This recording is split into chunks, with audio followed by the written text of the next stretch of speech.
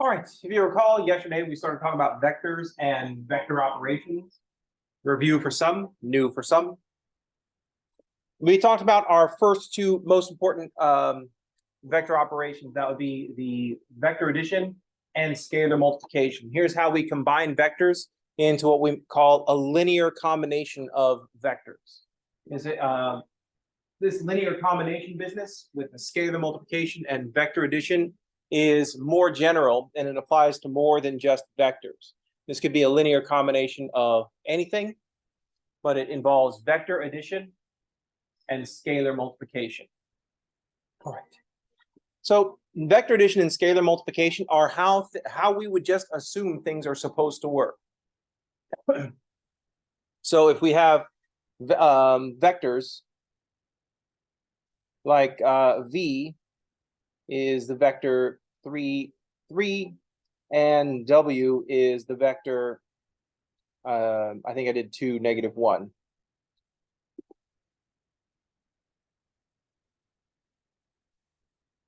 What we saw yesterday is that if we want to add the vectors, we can just add the corresponding components. It works exactly like we think it would. So if I wanted to take v plus w,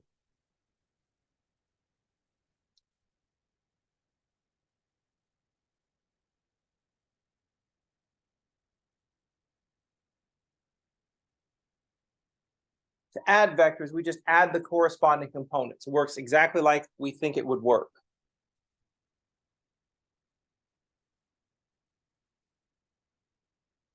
And it had better work exactly like we think it would work because we have other ways of representing the vectors, and one of those was with linear combinations.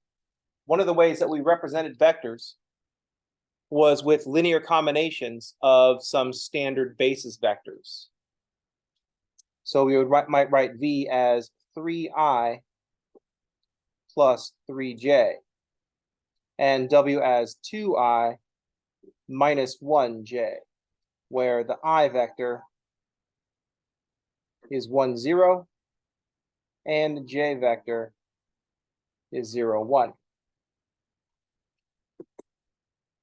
So the part about it where we add the corresponding components, it's clear that if we're going to write vectors, the vector 3, 3 is 3i plus 3j, and use the I to represent the x or the horizontal components and the j to represent some vertical components, it had better work exactly like we think it would work. Like terms had better be in effect, because this 3, 3, if this is going to be 3i plus 3j, and I want to add it to 2, -1, which is 2i minus j, we can't write things with like terms and then not add using like terms. That would be very strange.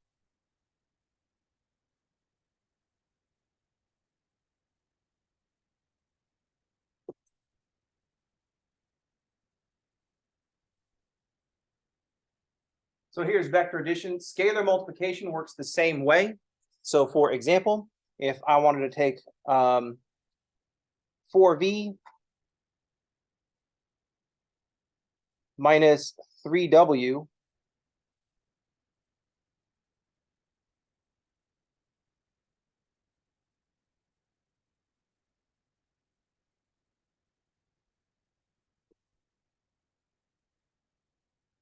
this is going to work exactly like we think it would work. If I want to take the vector 3, 3 and I multiply it by the scalar 4, if I want to scale it up by a factor of 4, I'm just going to get 12, 12. Multiply the corresponding components. Multiply each component by the scalar. And here, if I want to multiply 2, -1 by a -3, I'll get a -6 and a +3. Now we're just doing vector addition. So I want to add them. We get 12 minus 6 is 6, and 12 plus 3 is 15. It works like we would expect it to work.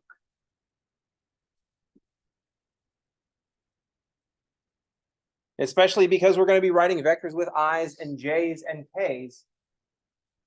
It has to work this way because I'll multiply 4 times what we would write as 3i plus 3j minus 3 times 2i minus j.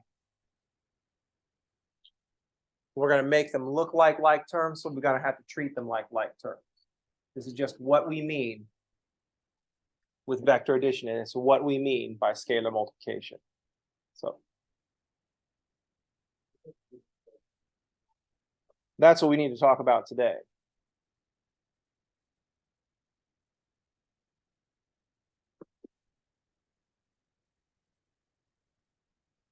So when we make a combination of vectors using vector addition and scalar multiplication, we are creating a linear combination of those vectors.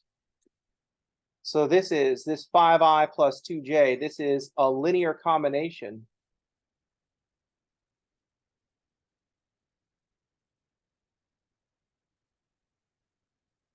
of v and w.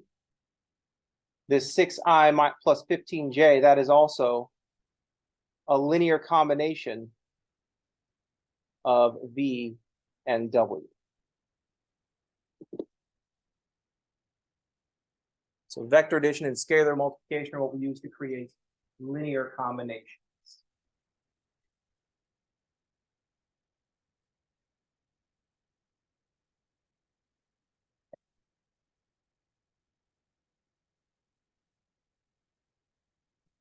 Any questions?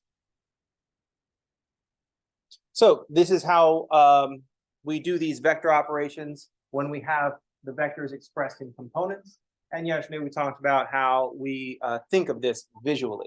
Scalar multiplication, or just stretching the vectors or maybe changing the direction.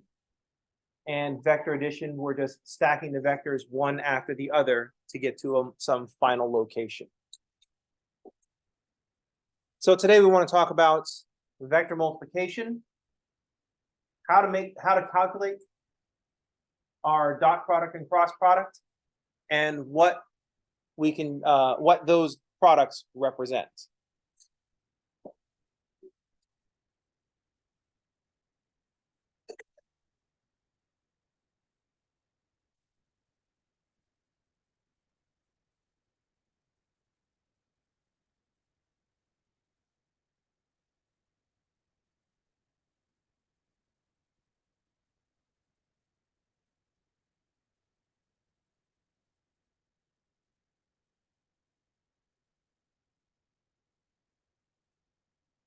So let's look at the dot product, the scalar product, how to calculate it, and what the result means.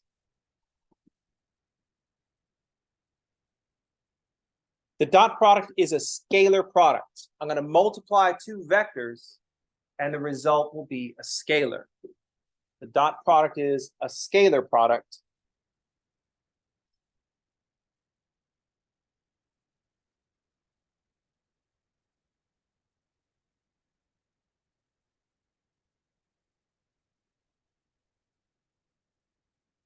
That is, we take a vector, dot a vector equals a scalar.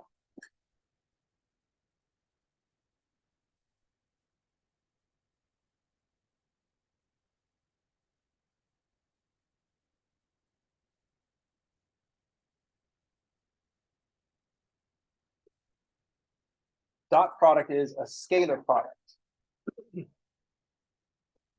So we have a vector dot another vector, and the product is a scalar. So we need to figure out what that scalar is and what that scalar represents. How do we do a dot product? And what does that scalar represent? So let's talk about how to calculate it.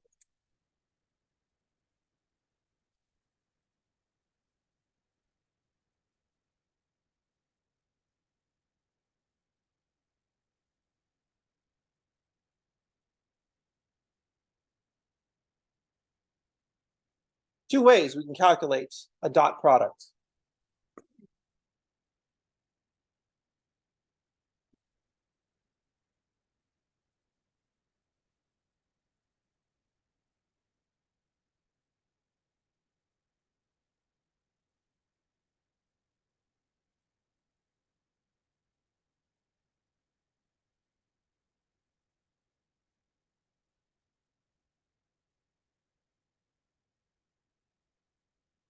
One way to calculate a dot product is as the sum of the product of the corresponding components. Find the sum of the product of the corresponding components.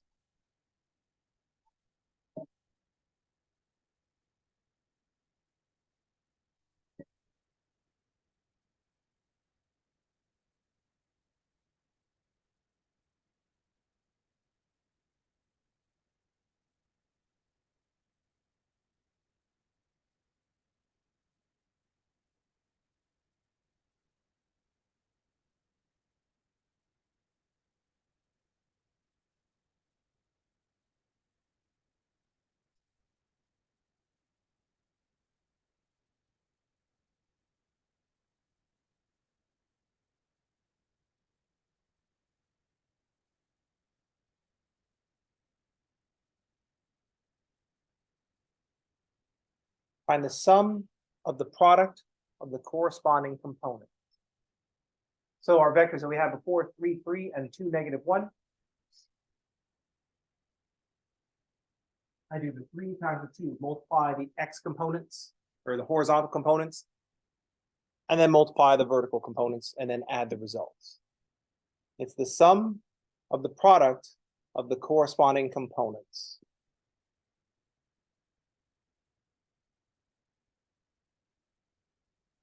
Presumably this 3 means something, we don't know yet.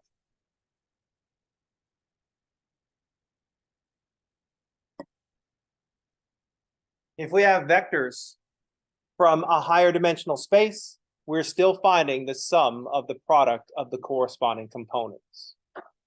So if I have some other vectors,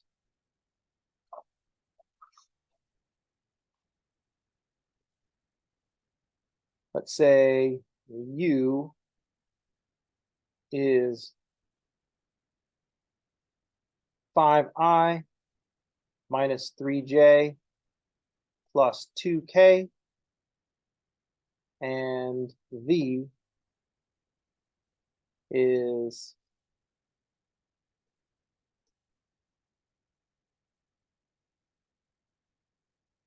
4. I had to come up with a number. I got stumped. I'm like, I'll come up with a number that's not 5, 3, or 2.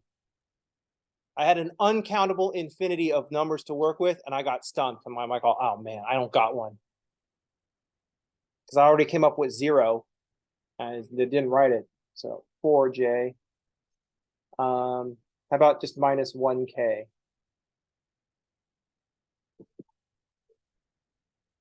So here I have a couple of vectors in R3. You can tell because I got an I, a j, and a k. So as components, for components, this u vector would be 5, -3, 2. And this v vector would be, there's no I term, so there's 0i, 4j, and minus 1k. So this I, j, and k notation is working like a polynomial where if there's a 0 coefficient, we don't write it. Whereas listing the components notation, when we're listing the components in our notation, we have to include placeholders, and that's why we have 0.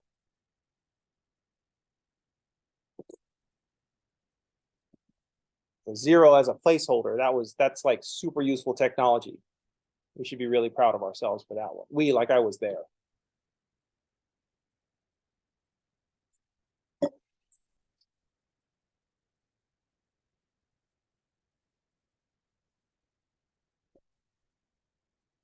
So we want to find, if I want to find u dot v,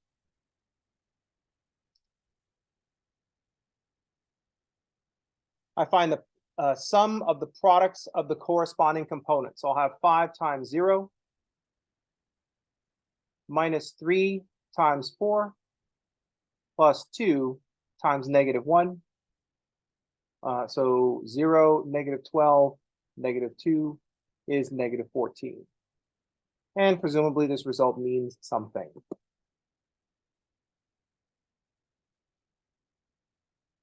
So here is one of the ways we can calculate a dot product.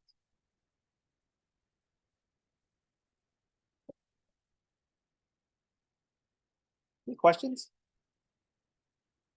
No, because it's like addition and multiplication, and I have not picked anything but an integer. And I restricted myself to a single digit.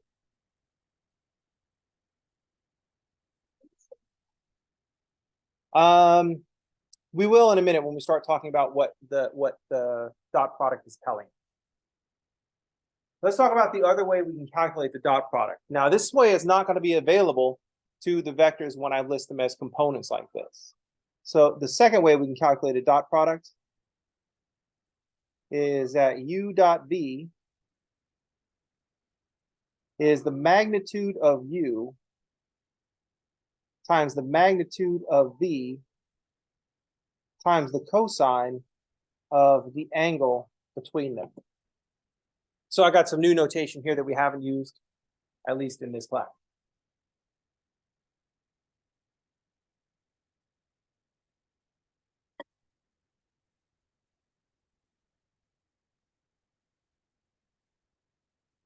So this double absolute value notation is for magnitude.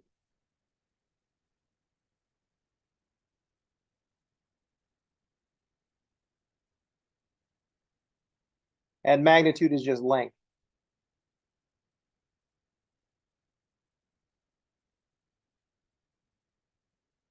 And this vector u, this magnitude of u is just the length of u.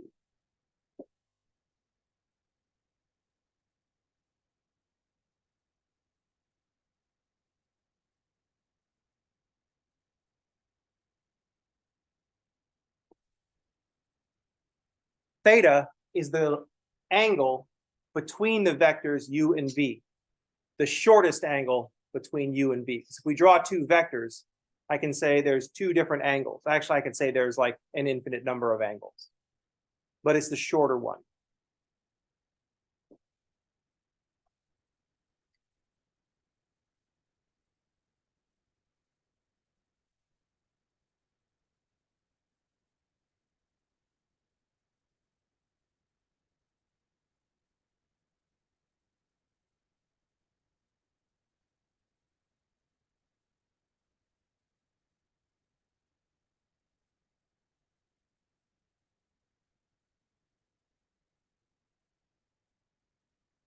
Specifically, it's an angle between 0 degrees and 180 degrees.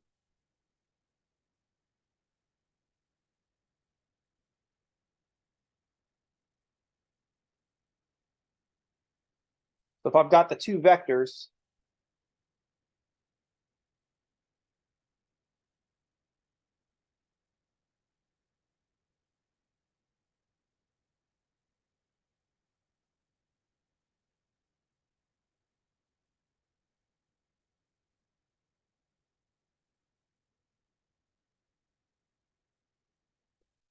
I can get from one vector to the other.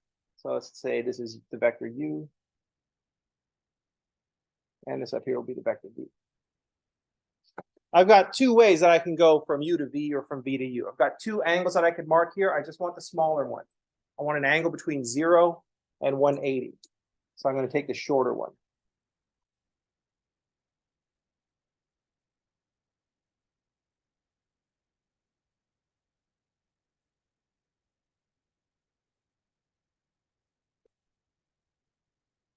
So I'm not going to go from u to v the long way. I'm going to go from u to v as short as possible.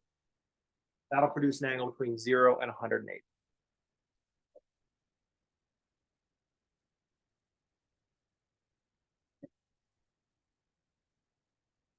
For the magnitude of the vector is just the length of the vector, and for that we use the distance formula.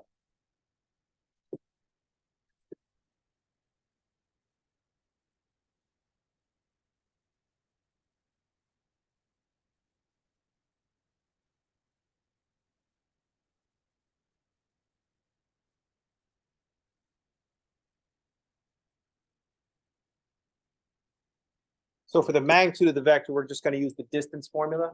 So for the vector u is 5, -3, 2.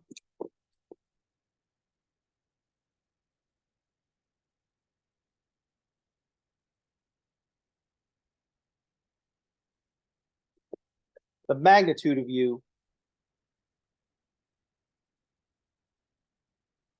will be the square root of 5 squared,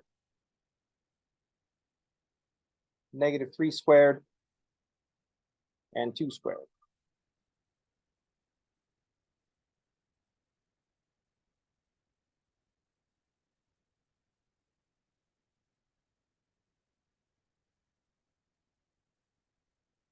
Whatever that is, 25, 30, 38.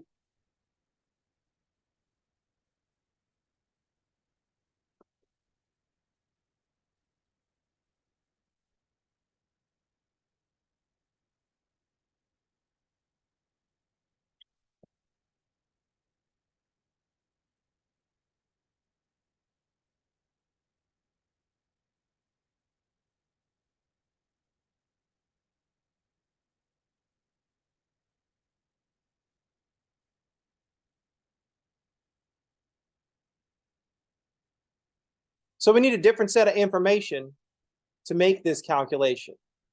So if I needed the dot product between u and v, when I have it in components, when I have u and v listed as components, well, we'll use the sum of the products of the corresponding components. I can't make this calculation with the length of u and the length of v, and then multiply by the cosine of the angle between them, because we don't know the cosine of the angle between them. But if we have components, when we're looking at the components, we don't have the angle between the two vectors, but we can find the angle between the two vectors.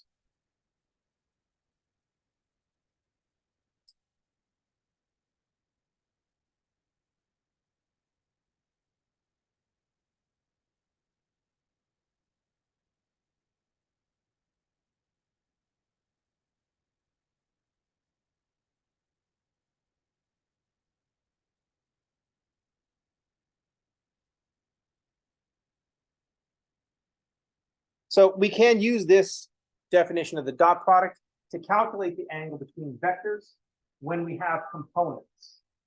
When we just write components, we can't clearly see what the angle between the vectors is.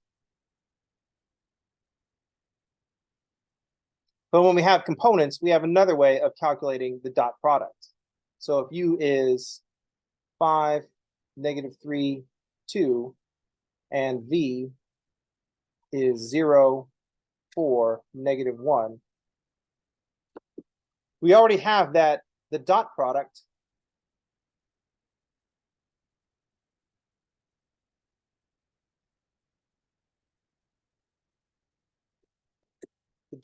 is a negative 14. We have the magnitude of the vector u,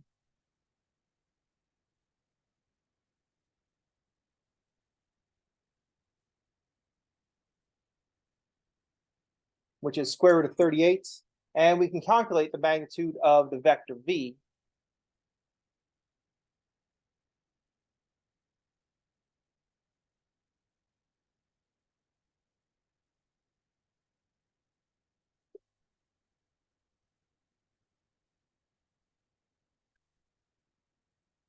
we got 0, 6, 17.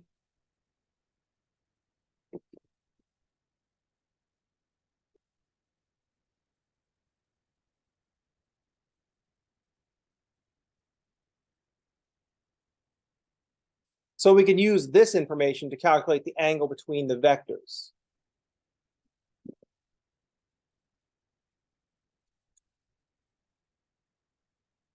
So the magnitude of u, square root of 38,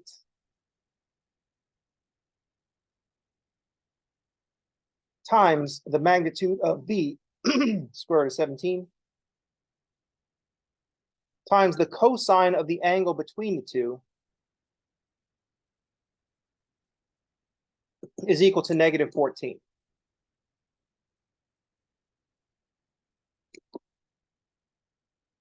So we can see that the cosine of theta will be negative 14 divided by the square root of 38 times the square root of 17.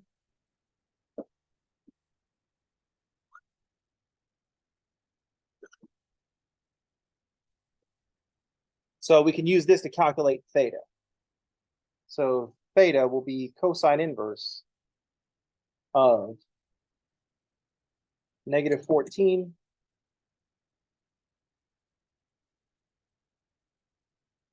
divided by root 38 times root 17.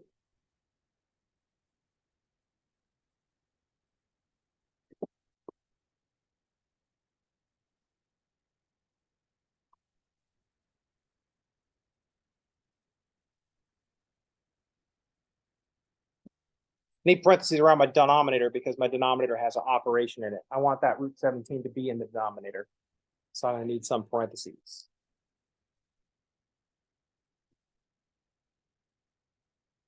Degrees is fine.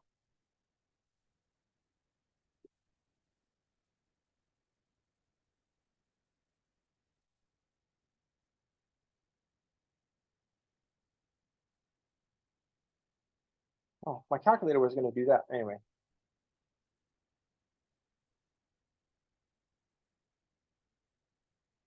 So the angle between these two vectors is 123 degrees. Let's do that.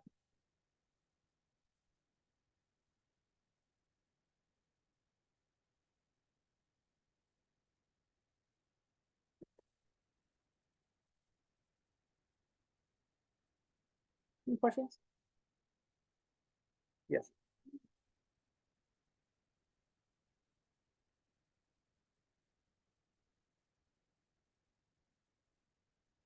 So, like what we're going to, like from physics? Yeah.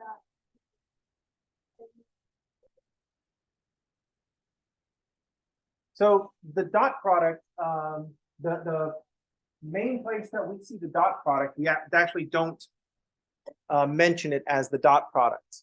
But remember, one of the things that we like to do in physics, that kind of implies that I like to do physics. But I'm not, my physics knowledge is super weak. So, but anyway, I'm just going to go ahead and assume. I'm going to make some stuff up. So one of the things that we like to do in physics is take a vector that's at some wonky angle and break it into horizontal and vertical components. What's the horizontal stuff going on? What's the vertical stuff going on? Because our forces are all at funky angles. So we look at the force going at some funky angle and say, how much of that is horizontal? How much of that is vertical? So when we do that, when we take a vector, I was going to like cram it right in here, but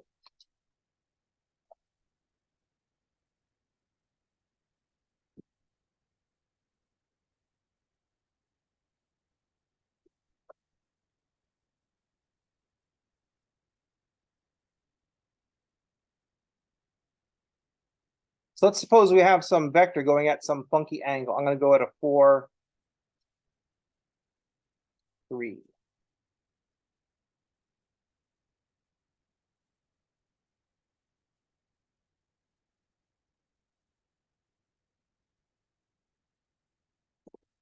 One of the things that we like to do with vectors, when we have some vector going at some goofy angle, is we say how much vector is going horizontally and how much is vector going vertically. Let's break this into components. I've got a ship and I want it to go on this vector, and my thrusters are set to go a horizontal and a vertical. I just fix them onto the ship. And I've got one that goes, and I got them perpendicular. How much of my horizontal thrust and how much of my vertical thrust am I going to have to use? So I want to break this vector into a horizontal component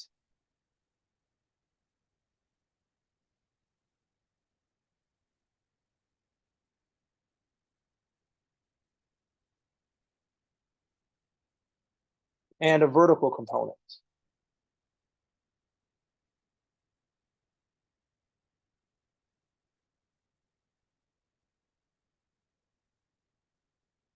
Yes. So we're trying to write this vector as a sum of the horizontal component and the vertical component. So I'm trying to write the vector v as the sum of its horizontal component and its vertical component.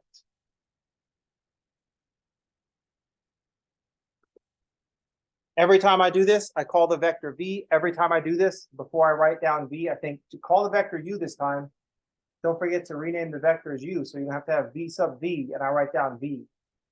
And I go, all right, you're going to have to write v sub v. And then I write down vh, and I go, ah, shit, I forgot yet again. It's only been happening for like 5 or 6 years now, so it's never going to get fixed. But we break the vectors into these components. Where do we put an angle for this to happen? Where do we put that angle? Well, there's a 90-degree angle here, but we've all got together and decided that the angle that we're going to describe this vector, when we describe this vector as going some direction, we make an angle with the horizontal. This is our standard position. The positive x-axis is 0 degrees, and counterclockwise rotation is the positive direction.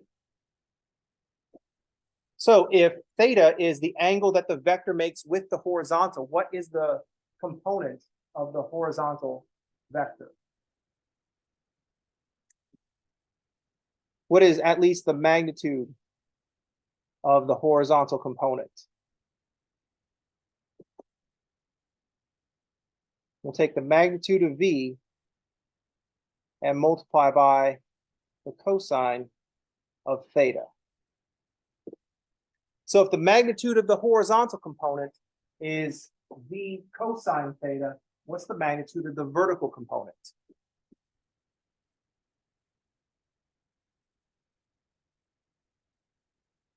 Sine theta, v sine theta, magnitude of v times the sine of theta.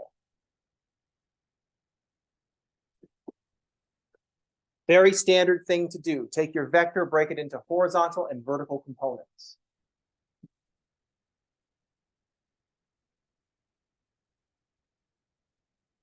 The horizontal component of this vector is the dot product of the vector with the unit vector in the horizontal direction.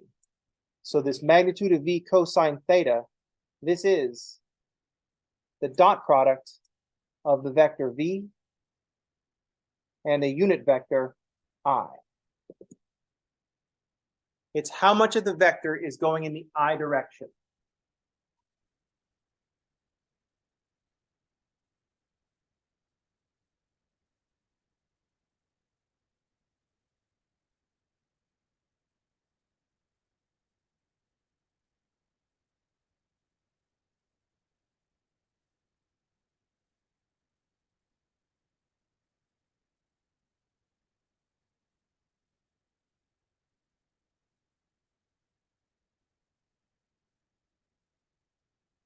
That's our interpretation of the dot product.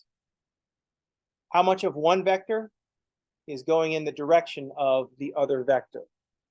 And then we actually multiply by the length of that vector. But if we write, when we look at u dot v, we're looking at the u component, or sorry, the v component of the vector u, or the u component of the vector v. How much of the vector is going in the other direction? That's one way we can interpret the dot product. And we use that all the time in mechanics, in your statics class for engineering, where you break a vector into two parts. You're using the dot product. We just don't need to call it the dot product because we can just get away with using trigonometry. We say, oh, we're using trig. And meanwhile, the dot product's like, I feel so left out. And the instructor's like, oh, shh, you'll get your chance, dot product. We will spotlight you soon.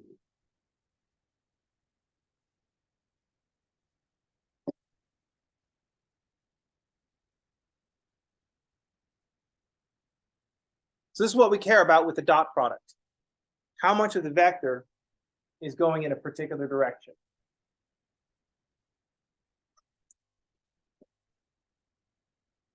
Notice on the previous page, the question came up about leaving things in radians versus degrees. The reason I wanted this in degrees, partially is because my calculator was already in degrees. Also, when I calculated dot product, it was -14. And I wanted to make sure that I had calculated that correctly.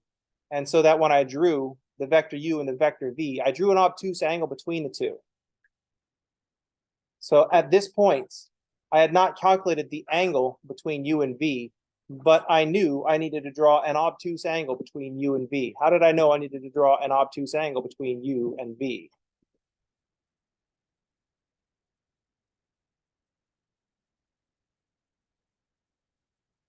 Let's see, no green on this page.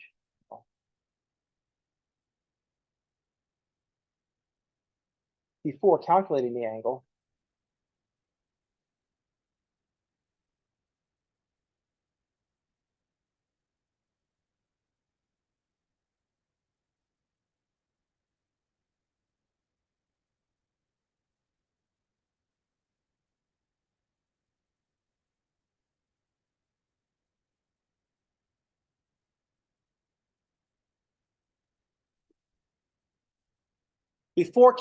the angle, so I drew this, the U and the V, with this obtuse angle between them.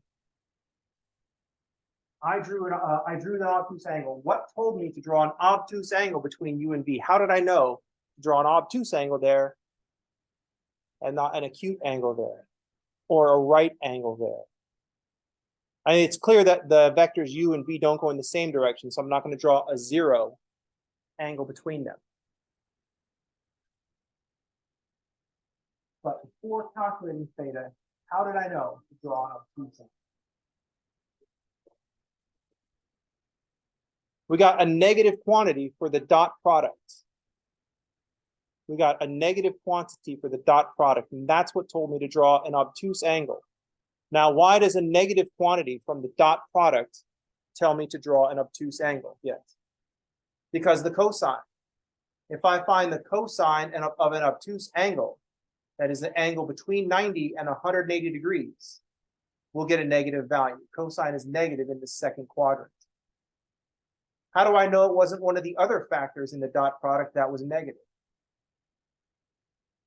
How come the sine only comes from cosine of theta? The magnitude is always positive. So I've got magnitude of U, positive. Magnitude of V, positive. Cosine of theta is positive if theta is between 0 and 90, and negative if theta is between 90 and 180. And since we decided, I kind of decided for you, but someone decided for me, so this is tradition in math. Someone else has decided. We decided that we're going to say theta is the shorter angle from U to V. So that'll give us an angle between 0 and 180. So I knew to draw an obtuse angle because of the cosine theta. Cosine theta is positive when theta is between 0 and 90.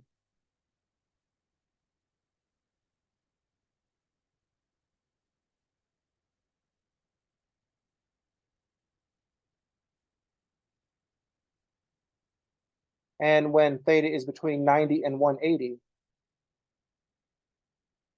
cosine is negative.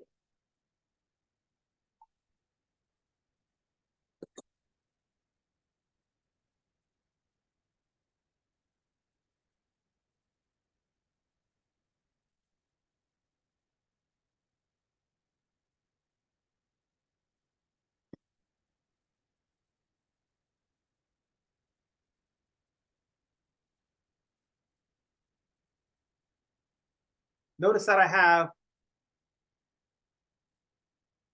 if theta is strictly between 0 and 90, then our cosine of theta is positive. If theta is strictly between 90 and 180, then cosine is going to be negative. What's happening in the middle? What's the cosine of 90? 0. So now we learned something extra.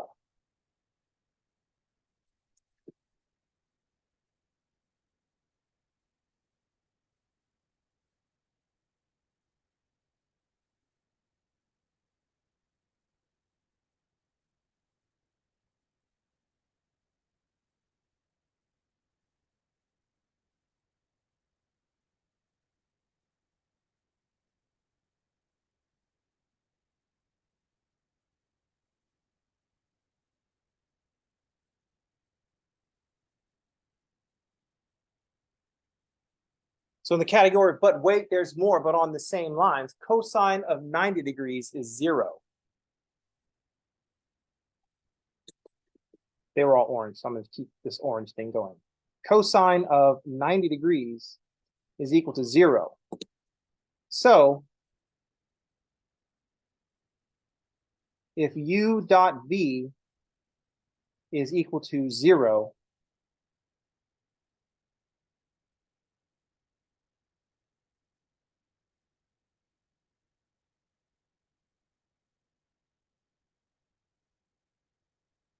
then the vectors u and v are perpendicular. Or we say they're orthogonal.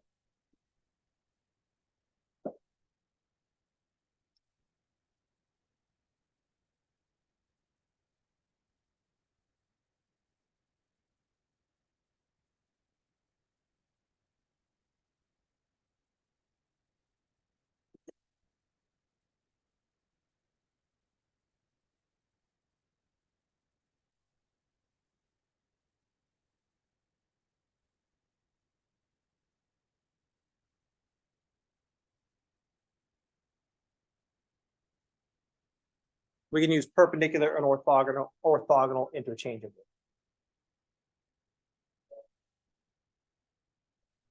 Yeah, for our abbreviation for that, it's going to be an upside down T.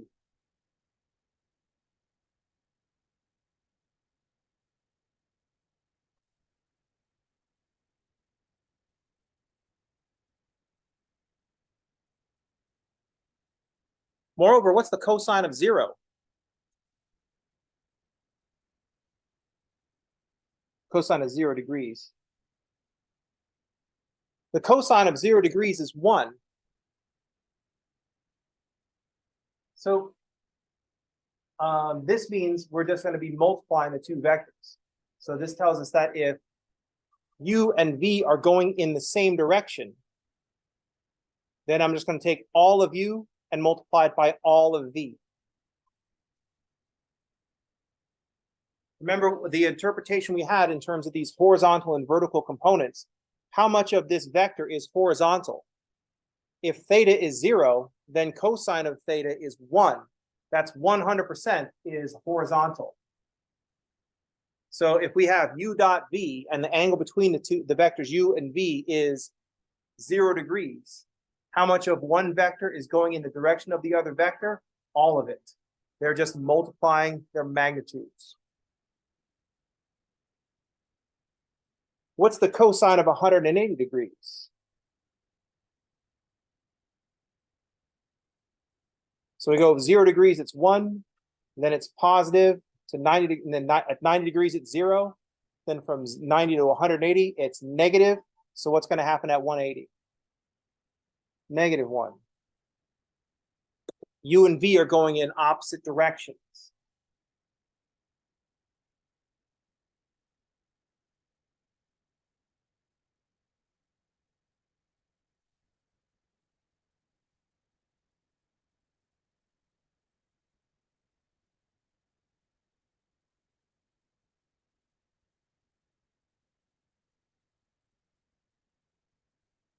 Now, this is not something we find out when we calculate the dot product, because if we can see that the angle between two vectors is 0 degrees, we will see that they are collinear by looking at their components. Their components will all be in the same proportions. I'll have 1, 2, 3, and then the other vector will be 2, 4, 6. So it'll be clear from the components if the vectors are going in the same direction or if the vectors are going in opposite directions. That will be obvious when we look at the two vectors by their components. But it still reinforces the notion of how much of one vector is going in the direction of the other vector. If the angle between the vectors is 0 degrees, since the cosine is 1, all of it. If the vectors are going in opposite directions, that negatives, it's like all backwards. That's what the dot product is telling us. That's what the dot product tells us. How much of one vector is going in the direction of the other vector. And then multiplied by the magnitude of that vector. Any questions? So this whole day, we were talking about dot product. I wasn't actually doing something new. It's just a generalized form of breaking a vector into horizontal and vertical components. I was like, oh man, this is just the same thing again. Because that happens all the time in math class. It's like, well, hey, let's do this thing. And at the end, it's like, oh, this thing is secretly that thing that you already know how to do for a long time. All right, that's going to do it for today. Tomorrow we'll talk about cross products and what that tells us. That's it for today. I'll see y'all on tomorrow. Everybody have a good day. Thanks for playing. 3 pages of notes today. Jeez.